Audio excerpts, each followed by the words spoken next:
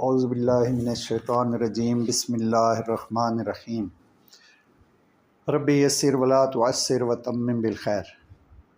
کلمہ کی 3 اقسام کو ہم مسلسل پڑھتے چلے آ رہے ہیں کہ کلمہ کی 3 اقسام ہوتی ہیں: اسم، فعل اور حرف۔ کلمہ کی وہ قسم جو کسی کام کے کرنے یا ہونے کو زمانے کی قید کے ساتھ ظاہر کرے اسے فعل کہتے ہیں۔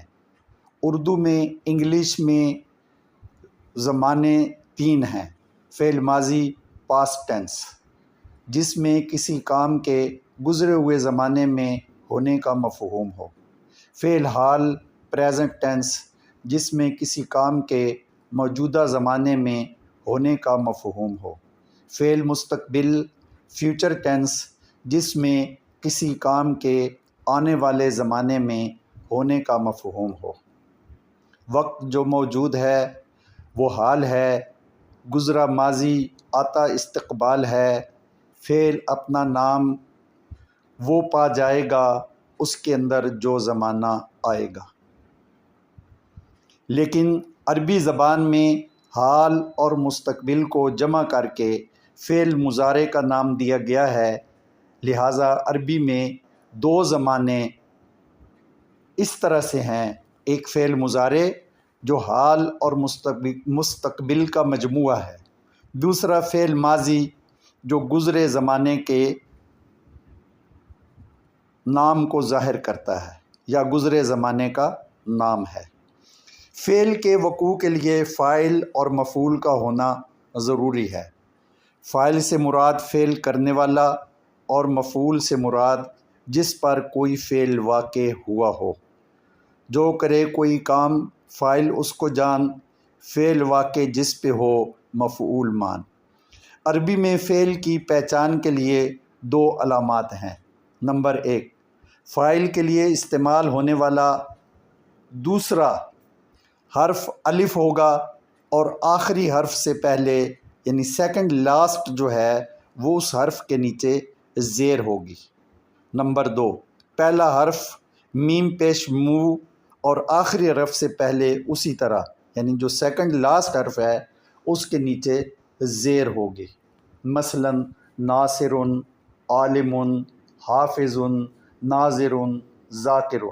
پہلی علامت ان میں واضح ہے جی کہ پہلے حرف کے بعد الف آ رہا ہے اور آخری حرف سے پہلے زیر آ رہی ہے۔ اور دوسری علامت کے لیے کچھ مثالیں ہیں: مسلم، معلم، مخالف، متکبر، منتظر۔ شروع میں میم آ رہی ہے، مسلم ہو، معلم ہو، مخالف ہو، متکبر ہو، منکسر ہو، منتظر ہو، اور آخری حرف سے پہلے زیر آ رہی ہے۔ علم کے شروع میں یا آخر میں کوئی حرف آنے سے معنی بدل جاتا ہے، جیسے علم کے الفاظ کے ساتھ ہی اگر تھوڑا بہت رد و بدل کر دیا جائے تو عالم، علامہ، معلوم، تعلیم، یہ کتنے الفاظ ہیں جن کا بنیادی لفظ علم ہے۔ اسی طرح سے ایک مثال اور لیں، مثلا قوم سے مقیم، استقامت، قیامت، تقویم، مقام، قوام، قیوم، اقوام۔ ان سب کے اندر 3 بنیادی حروف کاف، واو اور میم موجود ہیں، یعنی یہ مادہ ہے جسے روٹ ورڈز، روٹ لیٹرز یا کہیں حروف اصلیہ بھی کہا جاتا ہے، یعنی قرآنی حروف کے کسی لفظ کے شروع یا آخر میں جڑی ہوئی علامت کو ہٹائیں، شروع، آخر یا درمیان میں کوئی اضافی حرف ہے تو اسے ہٹائیں تو اس کے اصل حروف سامنے آ جائیں گے۔ مختلف الفاظ میں مختلف حروف یا علامات کے شامل ہونے سے مختلف تبدیلیاں رونما ہوتی ہیں، معنی تبدیل ہو جاتے ہیں۔ جیسے علم سے علم، بے شک تعلیم، معلوم، علامہ، معلم، کئی الفاظ بنے لیکن ہر لفظ کا معنی الگ ہے۔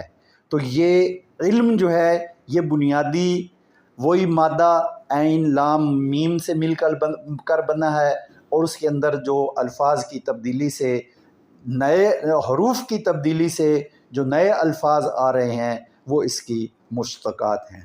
ایک بار پھر آپ کو میں اس بات کی طرف توجہ مبذول کروانا چاہتا ہوں کہ آپ بنیادی الفاظ، بنیادی مادہ، اصلی حروف کو بغور پڑھیں، اس لیے کہ قرآن مجید میں اگر آپ کو یہ بنیادی مادے کی پہچان آ گئی تو اس کا مطلب ہے کہ آپ نے ترجمہ کرنا سیکھ لیا۔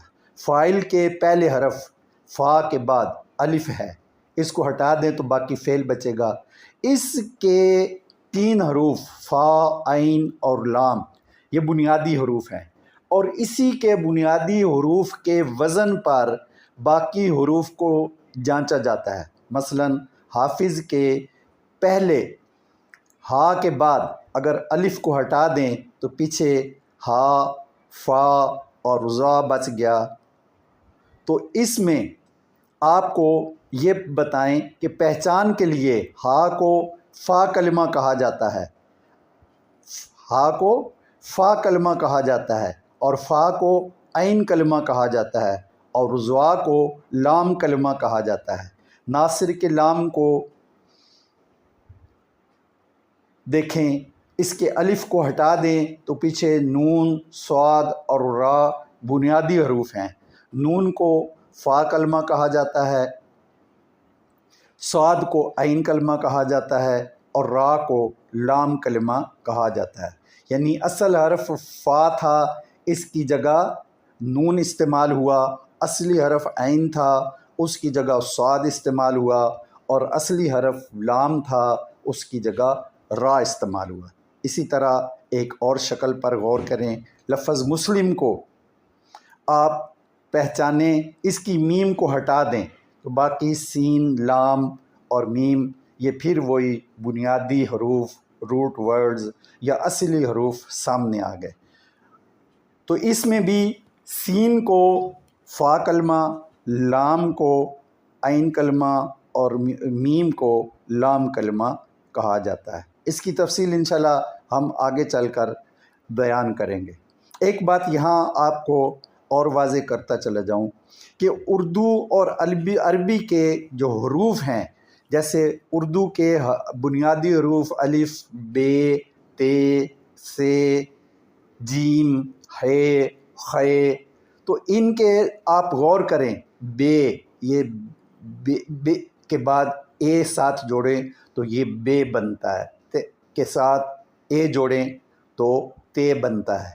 یہ جتنے حروف اے کی الفاظ کی ادائیگی کی آواز دیتے ہیں، عربی کے جو حروف ہجا، جیسے ہم اردو میں حروف تہجی کہتے ہیں، عربی کے حروف ہجا کہلاتے ہیں۔ تو ان میں ہم بے کو با پڑھیں گے، تے کو تا پڑھیں گے، ثے کو سا پڑھیں گے۔ جی، یعنی جو حروف اے جڑ کر آواز دیتے ہیں ان حروف کے ساتھ ہم اے ہٹا کر آ لگائیں گے تو یہ عربی کے حروف تہجی کی صحیح ادائیگی بن جائے گی۔ اس کو بھی آپ ذرا تھوڑی سی مشق کریں اور انشاءاللہ روٹ ورڈ کو بھی پہچاننے کی کوشش کریں۔ باقی انشاءاللہ اگلے سبق میں سبق کافی لمبا ہو جاتا ہے تو پھر دوست پہلے شروع کے 2-3 منٹ 4-5 منٹ سن کر پھر جو آگے ضروری باتیں آ رہی ہوتی ہیں ان کو چھوڑ دیتے ہیں، جس سے جو اصلی فائدہ پہنچنا ہوتا ہے وہ رہ جاتا ہے۔ تو اس لیے کوشش یہی ہے کہ 5-7 منٹ کا کلپ ہو تاکہ اس سارے کو آپ لفظ بلفظ، حرف بحرف سنیں، خود سنیں، اوروں کو سنانے کے لیے شیئر کریں، بیل آئیکن کو پریس کریں اور ہمارے چینل کو سبسکرائب کریں اور اس قرآنی مفہوم کے قافلے میں شریک ہونے میں ہمارا ساتھ دیں۔ وآخر دعوانا ان الحمد للہ رب العالمین۔ السلام علیکم ورحمۃ اللہ